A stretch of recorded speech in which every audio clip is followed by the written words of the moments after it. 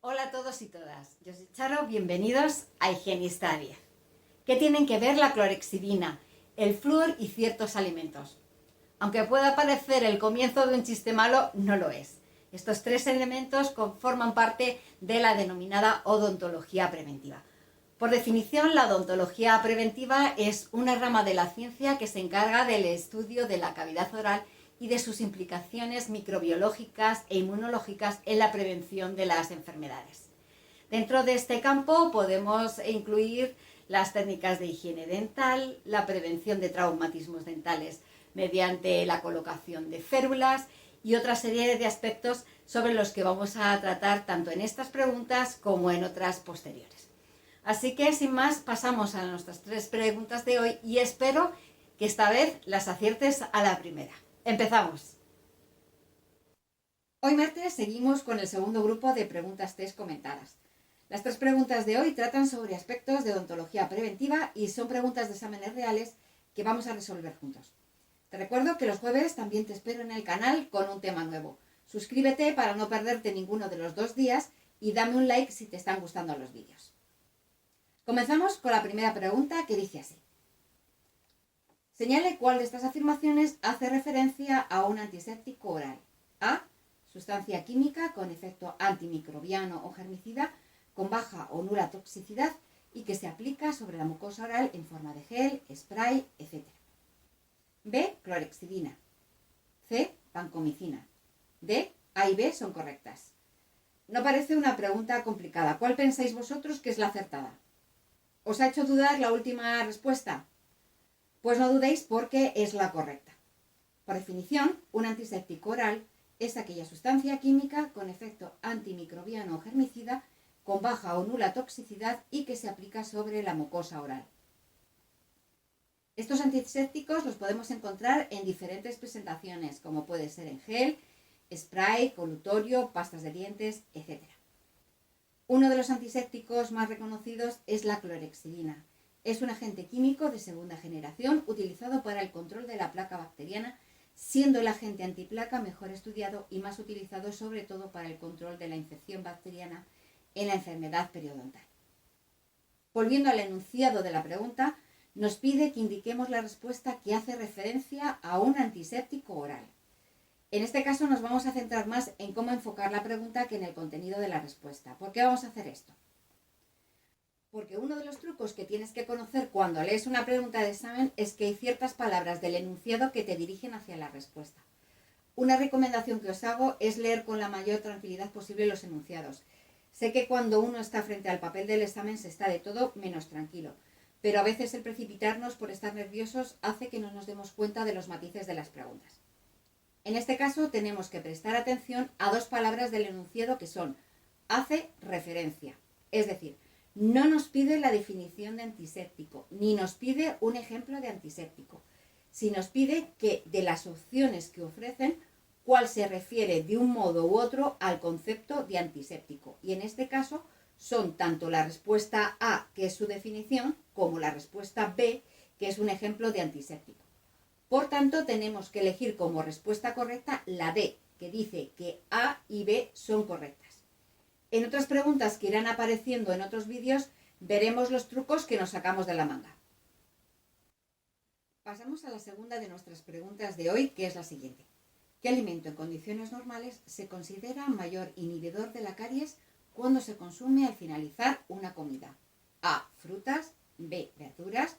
C. Queso. D. Todas son correctas. La respuesta correcta es el queso, pero antes de explicar por qué, hagamos un repaso rápido sobre cómo se produce la caries dental. Sabemos que hay una relación directa entre el consumo de hidratos de carbono fermentables y la caries dental.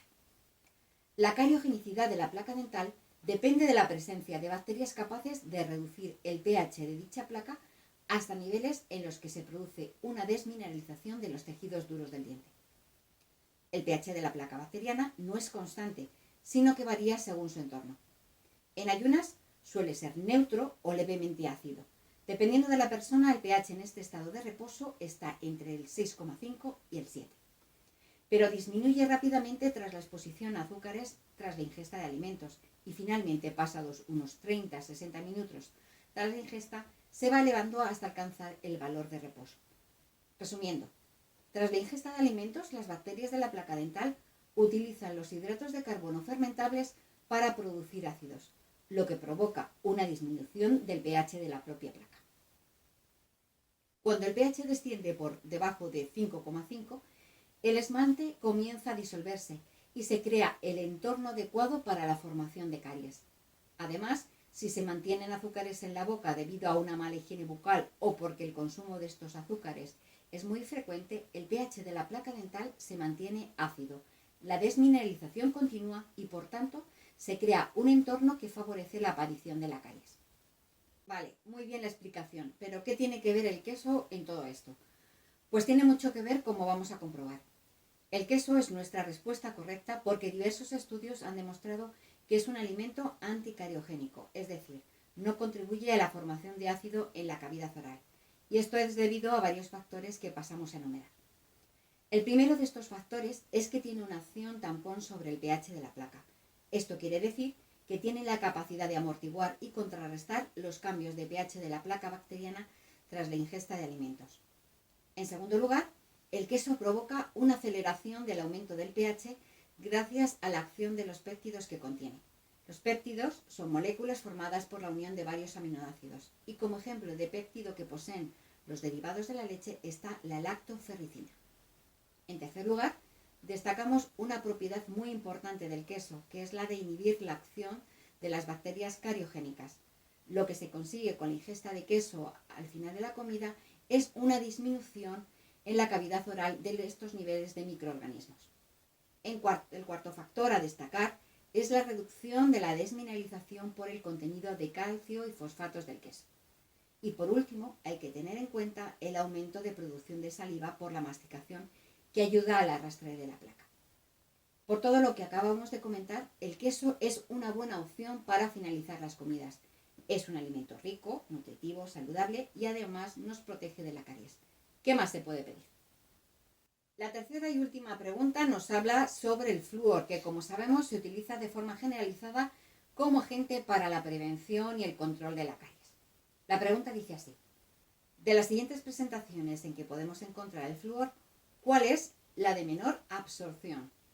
A, fluoruro sódico, B, ácido fluorhídrico, C, fluoruro cálcico y D, monofluorfosfato. Y la respuesta correcta es la C, fluoruro cálcico, y vamos a ver por qué. El flúor, como cualquier otra sustancia, al ser ingerida, pasa por los procesos de absorción, de distribución en el organismo y de excreción. En este caso nos vamos a centrar en el proceso de absorción, que es por lo que nos pregunta. El flúor es un compuesto que se absorbe en varias zonas del aparato digestivo.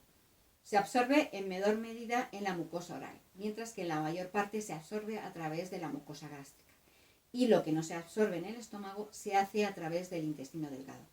El 20% de la cantidad de flúor que se ingiere se elimina a través de las heces.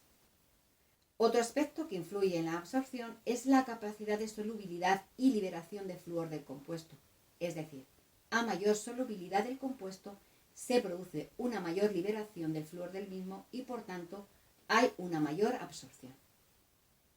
De los compuestos con flúor que nos indican en el enunciado, el que presenta menor absorción es el fluoruro cálcico. Este es un compuesto con una menor solubilidad y según lo que acabamos de decir, existe una relación directa entre solubilidad y absorción y por tanto, si es menos soluble, se produce una menor liberación de flúor y como consecuencia hay una menor absorción de este elemento. Pues ya hemos terminado con nuestras 3 preguntas. ¿Sabías sobre las propiedades del queso para inhibir la caries dental? Y en cuanto al flúor, ¿sabías que no todos los compuestos podían liberar la misma cantidad de flúor? Seguro que sobre la clorexidina sí que tenías las ideas mucho más claras.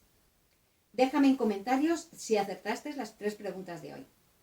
Suscríbete gratis y dale a la campana de notificaciones para no perderte las próximas preguntas y dame un like si te ha gustado el vídeo de hoy. Te espero el martes con más preguntas y el jueves con un nuevo tema. Nos vemos. Hasta pronto.